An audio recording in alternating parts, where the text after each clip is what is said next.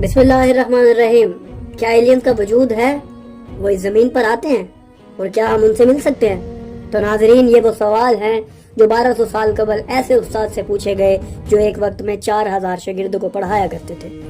और इन सवालों के जवाबात उन्होंने उस वक्त दिए जब इस दुनिया पर मौजूद लोगों को ना तो सैटेलाइट का पता था और ना ही इंटरनेट की कुछ खबर थी।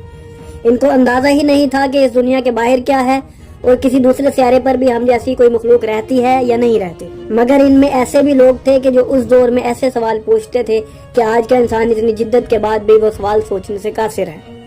आज की इस वीडियो में हम ऐसे चंद सवालात के जवाबात तलाश करेंगे जो उस वक्त के लोगों ने पूछे। तो नाज़रीन, चलते हैं हम अपनी वीडियो की जानिब। एलियंस, क्या वाकई मौजूद है एलियंस? रसूल अकरम और इनकी अहले बैत ने इसकी निशानदेही फरमाई है या नहीं? तो नाज़रीन, हाँ, फरमाई है। एलियंस वाकई ही मौजूद हैं और इनका जिक्र अहले बैत ने कई अपनी अहादीस में फरमाया है। जब हम कुतुब अहादीस की तरफ जाएं तो हमें इमाम अली इब्न अबी तालिब का ये इरशाद मिलता है कि अल्लाह ने इस जमीन के अलावा हजारों जमीनें खल्क की हैं और इन पर ऐसी मखलूकात आबाद हैं जो एक दूसरे से मुख्तलिफ हैं।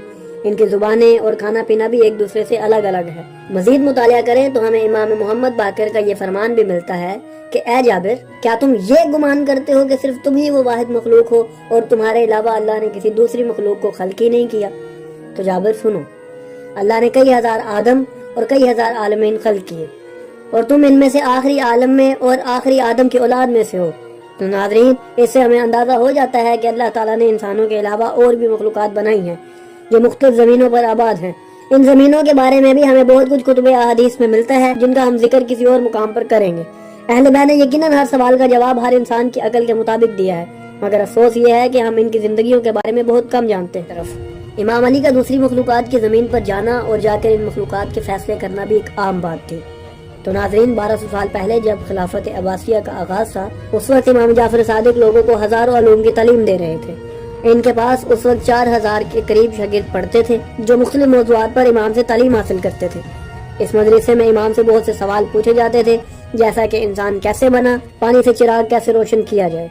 इसी मदरसे में एक दिन दीगर मखलूकात पर भी बात हो रही थी कि एक शख्स ने बढ़कर सवाल किया, यब्ना रसूल अल्लाह, क्या दूसरी मखलूकात का वजूद है?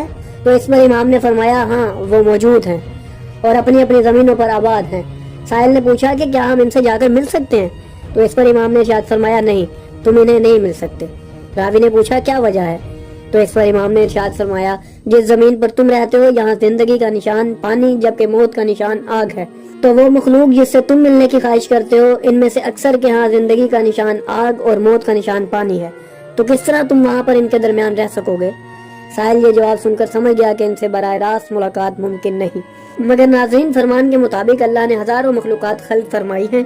तो अगर ऐसी मखलूक मौजूद हो जिसकी जिंदगी इंसान की मानंद हो, तो इस मखलूक से इंसान भी मिल सकेगा और इससे मुलाकात भी कर सकेगा। तो आप सबके ज़हन में आ रहा होगा कि ऐसी कौन सी दूसरी मखलूक है जिससे इंसान मिल सकता है? तो नाज़रीन, वो कुल 6 मखलूकात हैं जिससे इंसान मुलाकात कर सकता है। वो 6 मखलूकात कौन सी हैं और इनकी तफसीलात क्या है, तो इन सब का जिक्र हम अपने आने वाली वीडियोस में करेंगे। तो नाज़रीन, ऐसे ही दिलचस्प और मालूमाती गुफ्तगू से मुस्तफीद होने के लिए हमारे चैनल को सब्सक्राइब करें और हमारी वीडियोस को ज़्यादा से ज़्यादा शेयर करें ताकि आप भी और आपके दोस्त भी इल्म हकीकी से मुस्तफीद हो सके।